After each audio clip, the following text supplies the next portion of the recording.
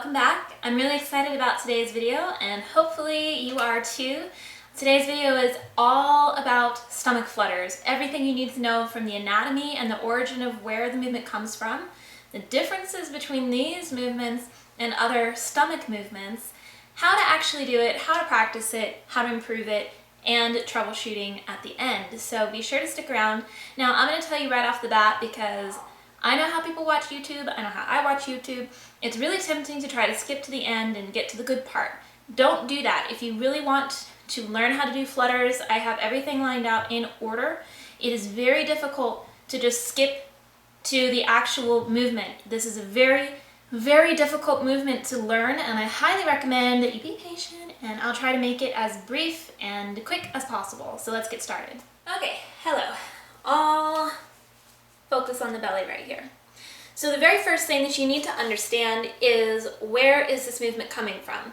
There are a lot of different muscles in the core and in the abdomen, and a lot of people misunderstand the fact that this is not an abdominal isolation. So unlike belly rolls, we're not utilizing abdominal muscles here at all. In fact, we have to learn not only how to relax the abdominal muscles, but actually how to sort of open them and spread them out. So we'll get to that in a minute. But so first understand that the origin of this movement is the diaphragm, which runs underneath your rib cage, kind of behind it. This is part of what makes it so difficult, is that this is an inner muscle. This is not a surface muscle. Abdominals are a surface muscle. They're directly under the skin and whatever layer of fat you might have. They're easy to work with and easily visible because they are here. So the abdominal muscle is very internal, and that's going to make it more difficult, so be patient with yourself. The second thing is going to be posture. So this goes against many other posture tenets in belly dancing because there's very specific postures. So one thing that I like to do, I really pull my hips back, and the reason I do that is so I can relax my abdominals more without letting this happen. So see the difference there? So I'm using actually my hip flexors, and I'm just lifting up through this area and pulling my hips back. I'm also thinking of bringing my chest slightly forward, just straight across, just like you would in a horizontal chest circle, so straight forward.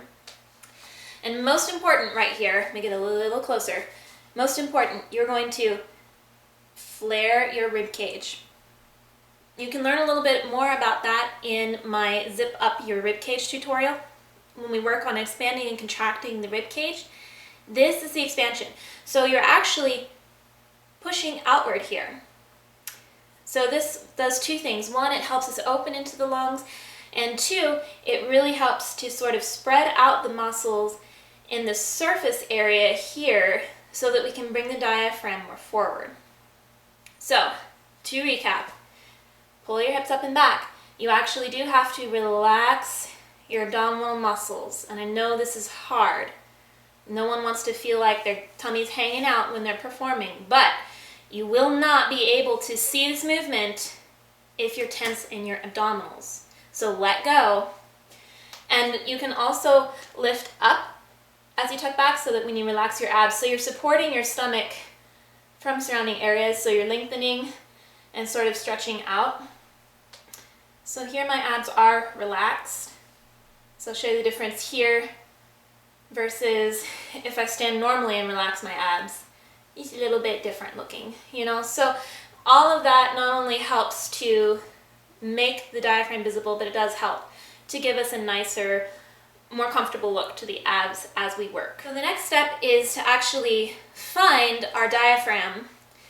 And the way I like to do this is with the breath. So we're going to do a few breathing exercises. I'm not going to do very many repetitions because I expect you to do the work of practicing. This is just demonstrating. Rewind as much as you need and practice on your own time. But the first thing we're going to do is just take a really deep breath. I want you to put your hands on your stomach. I'm not going to, so you can see what I'm doing. So we want to inhale really deep and feel where that's coming from. Now you should be breathing from the stomach and not from your ribs up here. So don't be going up here. Breathe down here. All right. Now I want you to exhale. Okay. Do that a few times. and feel directly where your diaphragm is. And usually it's just a little bit higher than the bottom of your rib cage, underneath your sternum. Everyone's a little different though. Your muscle structure is a little different. I've even known some women whose pregnancy affects it. Maybe their diaphragm gets pressed up against their rib cage a little bit more. We'll get into some exercises to loosen it in a moment. But now, maybe pause it, do a few repetitions of that. When you're done, when you're ready, when you feel that muscle actually working, now I want you to do the same thing. So I want you, sorry, my dog is playing. I want you to go to the correct posture and put your hand on your stomach. And we're going to do a deep inhale, and then I want you to exhale really sharply 3 times. So we're going to go. All right, use your breath. It's okay right now. We're going to take the breath away in a little bit, but we're just going to go. And now think of exaggerating that, pressing in and out as we do that, all right? So we're going to inhale from the correct posture.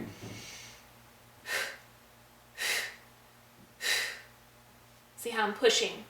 Imagine that your breath is exiting your body right here. Imagine you're exhaling through here, not through your mouth. So you're pressing everything out. Now I want you to breathe in, and we're going to explore this a little further. We're going to explore the idea of vacuum, all right? So I'm going to show you the difference between a couple of things. One being an abdominal movement here to pull my stomach in. So this is sort of what I would do for a belly roll, all right? This is in my abs. And look at my rib cage here. Now I'm going to show you the difference with pulling in my diaphragm and spreading out. Here we go. See how that hollows out. Notice I can't speak while I'm doing that because I'm holding my breath. So that takes a lot of time. Be patient with yourself. But the way you practice that is with a deep inhale. So you want to think of sucking all the air up into your chest. Let me scoot back a little bit so that you can see my rib cage too. So you want to scoop all the air up here. And actually here, hold on. I'm going to show you one more thing. Hi. I'm going to show you what happens here. When we suck the air up, do you see the tension that happens there? If someone can actually give me an anatomical explanation as to why the tension here facilitates the flutter, I'm all ears. I have theories. I won't say they're correct, but people don't know. We just figure it out. We haven't exactly had doctors watching us being like, oh, this is happening. So if you have a thought on that, chime in the comments. However, from what it feels like is happening, when you're drawing the air into the upper chambers of your lung and freeing up your diaphragm as much as possible, I think this just helps us to hold the breath higher. But for whatever reason, you cannot do it without this, and anybody who can flutter will attest to that, yeah, you do have to tense here. You'll start to feel it happen naturally. So don't overthink that. Just let it happen, but really think of drawing all of your air. Imagine, obviously physically this isn't what's happening, but imagine that you're storing your air in your lungs up here and that you're sucking it all up in here and relaxing and letting the lower belly be free. So just note that that's going to happen. That tension right there, it literally does. It feels very much like you're sucking your air up to here. Even if that's physically not what is actually happening, that's what it feels like. That's the sensation that you're going to have. So back to the ribs and the stomach, okay? So when you pull in and up, now keep in mind that we're relaxing in here. So we're going to flare out, flare the ribs, press forward, and just think of pressing everything in and back. So you're going to feel the diaphragm suck in, and instead of the relaxed position, the diaphragm feels like it's doing this. It feels like it's coming back and it's pressing up against your rib cage. I'm not gonna lie, this is gonna take a heck of a lot of practice. So practice that before you practice anything else. Your vacuum belly is very, very important for your stomach flutter. And a lot of people make the mistake of just jumping ahead and trying trying to do it, this is important because this is your start position. This is where I go when I'm about to flutter. That's my inhale, sucking everything up in my vacuum, spreading out, pulling back. You cannot do it effectively or big without that vacuum preparation. And I know that it's a very abstract concept. It's very hard to understand. It was very, very hard for me to learn, and I mean, I was lucky. I learned how to do it when I was like 12 or something like that. Thanks, Mom. But you know, the teachers that I had didn't really understand physically what was happening. I'm not saying I know exactly, but I have a little bit better idea. But you would just sort of figure it out. So it's a lot of trial and error. Over time, I've become in tune with my body to sort of feel what is happening. But anyway, so I'm going to get a little closer to the camera here. I'm going to show you.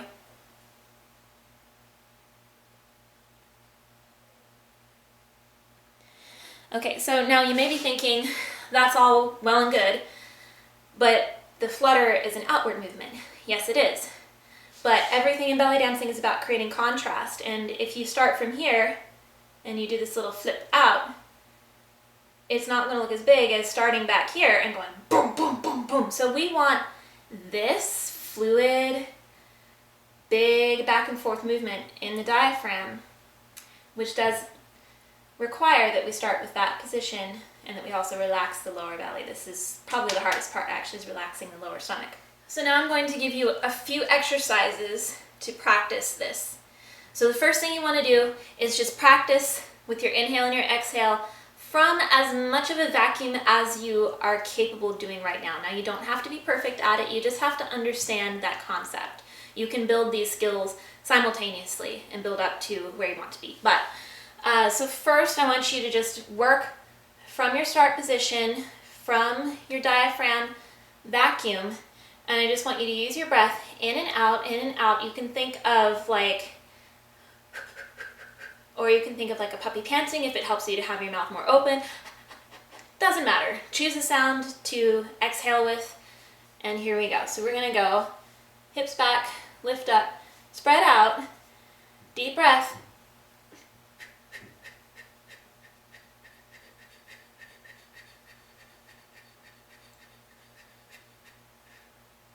All right, now notice that on the push out,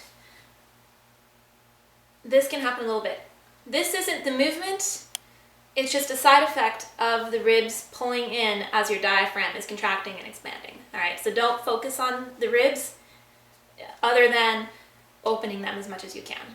Remember that the ribs being open spreads out the abdominal muscles, which allows that contraction from the diaphragm to be more visible. If you're all zipped up and closed up like we should be normally, you're actually restricting that movement. I'm going to try to do it from a zipped up position. I can't do it. It's hard. See, it's so natural now. As soon as I try to do it, my ribs go eek. So, case in point being, you are being counterproductive if you try to do that. Okay, so now, one of the harder things, now we're going to disconnect this movement from the breath. All right, so we're going to take a deep inhale, minding our points of posture, and I want you to try between 3 and 5 flips without breathing out. All right, practice the first one until you get it down, then try this one. These are for reference, not to just do all at once, okay? These are step by step, all right? So we're going to go inhale,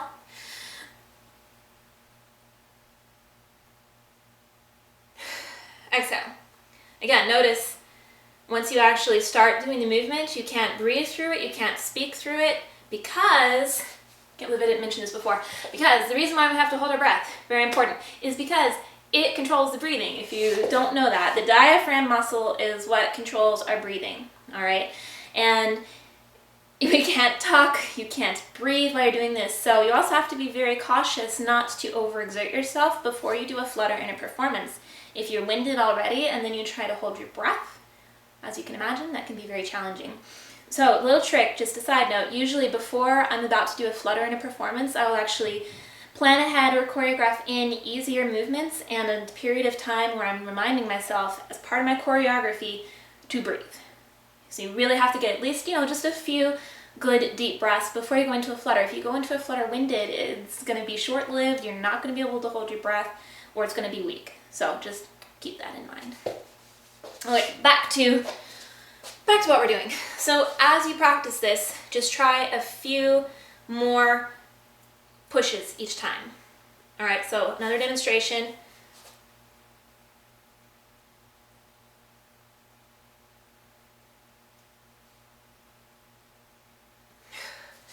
Do as long as you can while you're holding your breath. And start slow, then speed it up.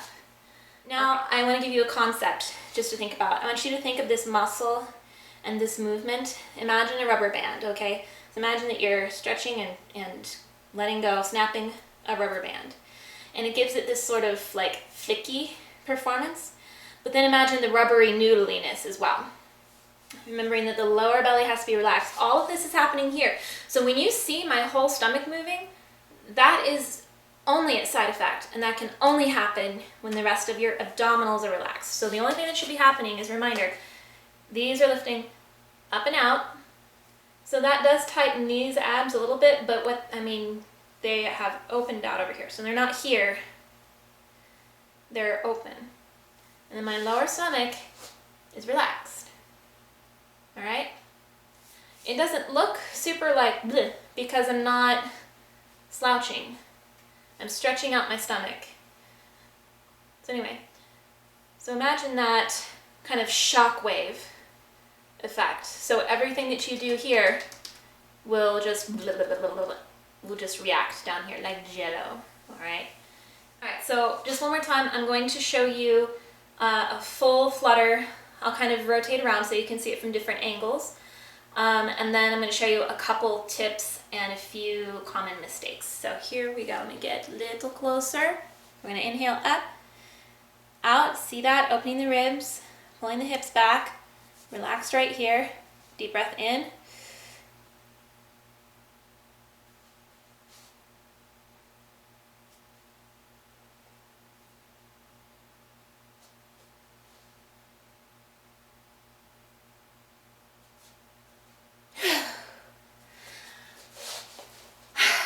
Take a few deep breaths. That's a long time to hold your breath. Okay, so let's see. It's a long time to hold your breath. So a few common mistakes just to recap troubleshooting now that you've gone through all those exercises. Troubleshooting that usually happens is going to be incorrect posture. So maybe you're trying to flutter down here. Not only does this create the tummy bubble that we were talking about, but notice the position of my diaphragm right now. In fact, if you do this with me, if you really slouch, you'll be feeling that it presses down. So my diaphragm is actually pushed down and back right now. I can still flutter, but not very much. Another common problem is being too tense. And I get it. We're trying to look awesome. We're performing. We're trying to suck it all in and tuck it in and zip up and all these other things. But when you're too tense, again, you will restrict the movement here. So there has to be a degree of relaxation. That takes trial and error. Another mistake, we talked about it briefly, but another mistake is doing your flutters, full final performance flutter like this.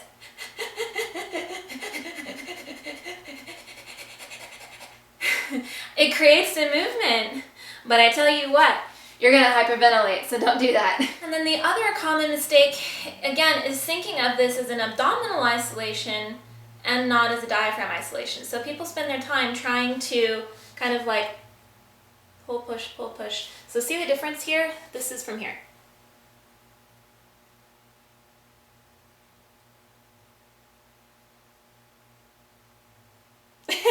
It's hard. I'm trying to think of pulling in like a belly roll. But it's not up here. So if you're not feeling this movement literally between your rib cage, then you are probably doing it wrong. Okay, now my final tip for you is just kind of a preparation and a conditioning technique that I learned from Mariah Chappell, who obviously is super amazing and a great teacher. The diaphragm never really truly relaxes or stops working because, of course, we're breathing all the time, 24/7. So this muscle is actually very tight on most people, And a lot of people have a lot of tension here and they don't even know it because we don't think about it. So this is rather uncomfortable, but bear with me. I want you to find your diaphragm, so flare out and open, and then just press kind of up and under your ribs. It's gonna hurt, I'm not gonna lie, especially the first time you do this. And you just want to gently massage. And I mean, it's very uncomfortable. But as you do this over time, especially if you do it frequently, it becomes less uncomfortable and it actually helps your diaphragm to relax and to be more fluid. So this is very important. I'm going to inhale and then sort of exhale, relaxing onto your fingers. And usually there's a point, the point that really like kind of makes you want to pull away from it, like, oh, like, ow, that's uncomfortable. That's actually probably the place that you need to massage the most, because that's where your diaphragm is, and that soreness, and sometimes you'll actually feel it's very stiff and it's sort of hard. That's probably your diaphragm needing a little TLC. Now don't get like down here and start massaging your organs. Don't get way up in there. Don't try and poke your heart, you know, just get in there a little bit. You can even come underneath the ribs a little bit here and get these intrinsic muscles. And then try again. And what that does is it helps to loosen and relax this muscle.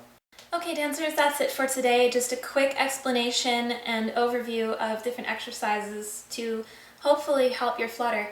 Now, as a reminder, just watching this video and following along with me, you're not going to be like pro at doing flutters unless you've already been working on it for a while and you just needed to fine-tune it.